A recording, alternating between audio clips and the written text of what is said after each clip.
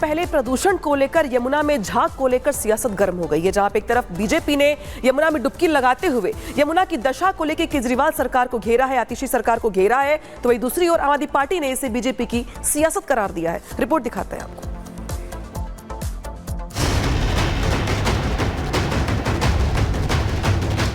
दिल्ली में यमुना किनारे सिंहासन वाली ये 2 कुर्सी बीजेपी की तरफ से रखवाई गई हैं। बुलावा आम आदमी पार्टी के मुखिया अरविंद केजरीवाल के साथ दिल्ली के मुख्यमंत्री आतिशी को है। 2 कुर्सियां लगाकर दोनों का इंतजार किया जा रहा है। मकसद उन्हें यमुना की दशा को दिखाना है। बीजेपी सवाल पूछ रही है कि दिल्ली की यमुना मैली है तो किसके भरोसे। कुछ इसी अंदाज और सवाल के साथ प्रदेश बीजेपी अध्यक्ष वीरेंद्र सचदेवा यमुना में उतरे, डुबकी लगाई और केजरीवाल को दिल्ली की जनता से किया गया वादा याद दिलाया। मैंने निमंत्रण दिया था उनको, क्योंकि शीश महल में रहने वाले ये लोग हैं तो बिना रेड कारपेट के कैसे आते। अब वो नहीं आए। अगर दिल्ली का दर्द होता तो यहाँ आते और माँ यमुना की हालत देखते, दिल्ली वालों को बताते। अब दिल्ली वाले देख रहे हैं कि किस तरह से आम आदमी पार्टी के नेता उनको लूटने का काम कर।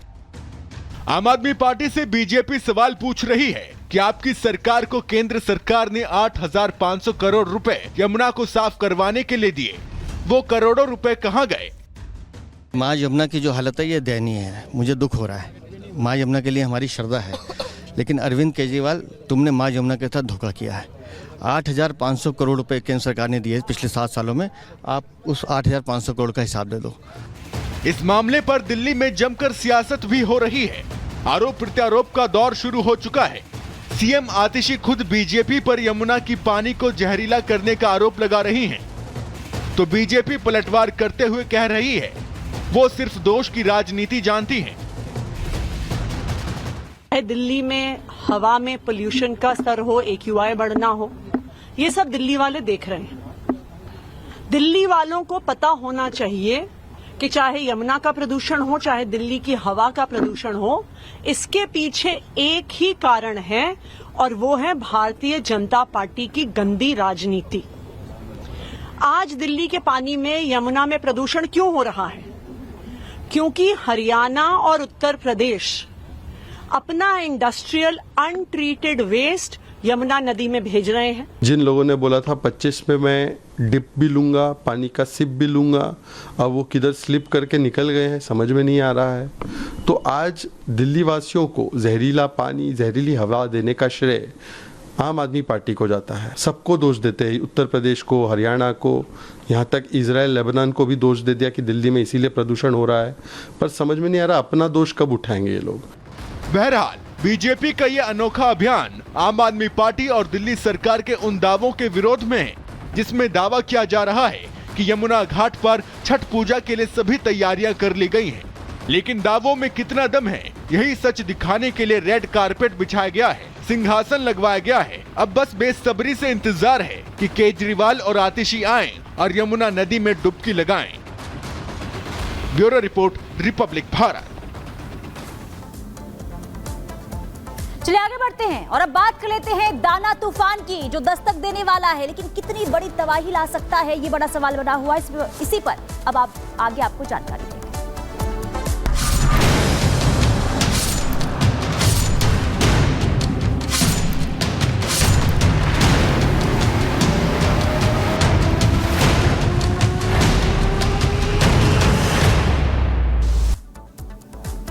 तो चक्रवाती तूफान दाना तेजी के साथ उड़ीसा की तरफ आगे बढ़ रहा है और जैसे जैसे ये करीब आ रहा है, समंदर का मिजाज बदलता हुआ दिखाई दे रहा है। मौसम विभाग की माने तो साइक्लोन दाना का असर उड़ीसा की तकरीबन आधी आबादी पर पड़ेगा और पश्चिम बंगाल का एक बड़ा हिस्सा इसकी चपेट में आएगा। इसी कुदरती कहर से बचने की आखिर क्या तैयारी की गई है, आपको रिपोर्ट दिखाते हैं।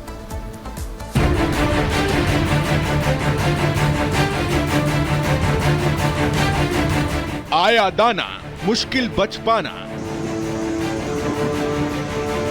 ओडिशा टू बंगाल, मुसीबत बेहिसाब। साइक्लोन दाना की शक्ल में तबाही तेजी से ओडिशा की तरफ बढ़ रही है। दाना की आहट से ओडिशा के तटों पर समंदर में कई फीट ऊंची लहरें उठनी शुरू हो गई हैं। कल तक शांत दिखाई दे रहे समंदर में ऊंची उठती लहरें बर्बादी का इशारा कर रही हैं। मौसम विभाग के मुताबिक तूफान सबसे पहले सागर द्वीप और पुरी के बीच दस्तक देने वाला है, जिसके बाद वो ओडिशा के दूसरे हिस्से की तरफ बढ़ेगा और फिर पश्चिम बंगाल की तरफ बढ़ जाएगा। वहीं चक्रवात के किसी भी वक्त दस्तक देने के खतरे के बीच ओडिशा और पश्चिम बंगाल में सभी तैयारियां पूरी कर ली गई हैं। ओडिशा और पश्चिम बंगाल में सतर्कता बढ़ा दी गई है। ओडिशा सरकार से मिली जानकारी के मुताबिक ओडिशा में एनडीआरएफ की 288 टीम तैनात की गई है। 10 लाख से ज्यादा लोगों को सुरक्षित निकाल लिया गया है। 25 अक्टूबर तक 14 जिलों के स्कूल बंद कर दिए गए हैं। खतरे को देखते हुए करीब 300 ट्रेनें रद्द कर दी गई हैं। सिर्फ ओडिशा में ही करीब 800 राहत शिविर खोले गए हैं। बचाव के लिए हेलीकॉप्टर और रिमोट ऑपरेटिंग स्टेशन बनाए गए हैं। मौसम विभाग का कहना है कि फिलहाल दाना तूफान 15 किलोमीटर प्रति घंटे की रफ्तार से ओडिशा की तरफ बढ़ रहा है, लेकिन तट से टकराने के बाद इसकी रफ्तार 120 किलोमीटर प्रति घंटे हो सकती है। इसलिए नुकसान से बचने के लिए तमाम जिलों को जरूरी निर्देश दिए गए हैं। तैयारियां बहुत अच्छी चल रही हैं। पुलिस प्रशासन पूरे तरीके से मुस्तैद है आने वाले साइक्लोन को डील करने के लिए। 0 कैजुअलिटी हमारा ऑब्जेक्टिव है, हमारा टारगेट है और हम पूरी तरीके से कॉन्फिडेंट हैं कि हम उसको अचीव करेंगे। वहीं पश्चिम बंगाल में भी दाना से निपटने की तैयारी पूरी कर ली गई है। वहां भी तूफान से प्रभावित होने वाले जिलों में कंट्रोल रूम बनाए गए हैं। कोलकाता एयरपोर्ट से उड़ानें रद्द कर दी गई हैं। जानकारी के मुताबिक यहां दोपहर बाद मौसम खराब होने का अनुमान है, इसलिए वक्त रहते लोगों को आगाह कर दिया गया है। प्रशासन और मंत्री जनता को भरोसा दे रहे हैं कि पश्चिम बंगाल सरकार हर स्थिति से निपटने के लिए तैयार है। हमारे कलकत्ता में सब पंपिंग स्टेशन एट टोज है, रेडी है। वहाँ का इलेक्ट्रिक सप्लाई ठीक रहे, इसके लिए सीएससी से लगातार हमारा कांटेक्ट है और अगर रास्ता में पानी ना जमे इसके लिए बोरो का इंजीनियरिंग टीम और पंप ये रेडी रहे। कुल मिलाकर दाना से निपटने की पूरी तैयारी कर ली गई है, लेकिन फिर भी दाना के कहर का खौफ ओडिशा से लेकर पश्चिम बंगाल के कई जिलों तक पसर गया है। Bureau report, Republic Bharat.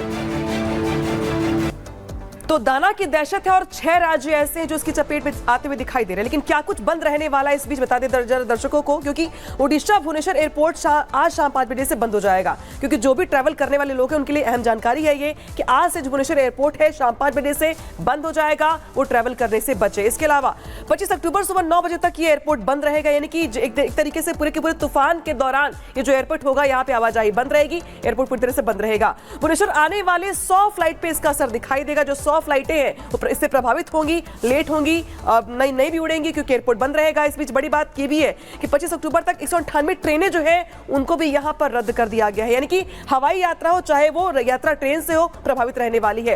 25 अक्टूबर तक 14 जिलों में जो स्कूल है वो भी यहां पर बंद रहेंगे। तो जो स्कूल कॉलेज है उन पर भी इसका असर दिखाई देगा। 14 जिलों के स्कूल कॉलेज बंद रहेंगे इस बीच। इसके अलावा देखिए पश्चिम बंगाल में कोलकाता एयरपोर्ट में आज से फ्लाइटें सस्पेंड कर दी गई हैं, यानी कि आज से ही एहतियात के तौर पर कोलकाता में एयरपोर्ट पर जो फ्लाइटें जो उड़ाने वो रद्द कर दी गई हैं। इसके अलावा देखिए 25 अक्टूबर तक सुबह 9 बजे तक एयरपोर्ट बंद रहेगा, यानी कि जो लोग कोलकाता के लिए ट्रैवल करने वाले हैं जरा वो जान ले, समझ ले कि उन्हें कब यात्रा करनी है और कब से यात्रा करने से उन्हें बचना है। कल शाम 6 बजे तक कोलकाता एयरपोर्ट बंद रहेगा, यानी कि कल शाम 6 बजे तक जब तूफान टकराएगा कई राज्यों से तब तक ये एयरपोर्ट यहां पर बंद रहेगा। एयरपोर्ट बंद होने से 400 फ्लाइटों पर सीधा सीधा इसका असर देखने को मिलेगा। इसके अलावा 9 जिलों में 26 अक्टूबर तक स्कूल बंद रहेंगे, स्कूल कॉलेज पर इसका असर दिखाई देगा। पश्चिम बंगाल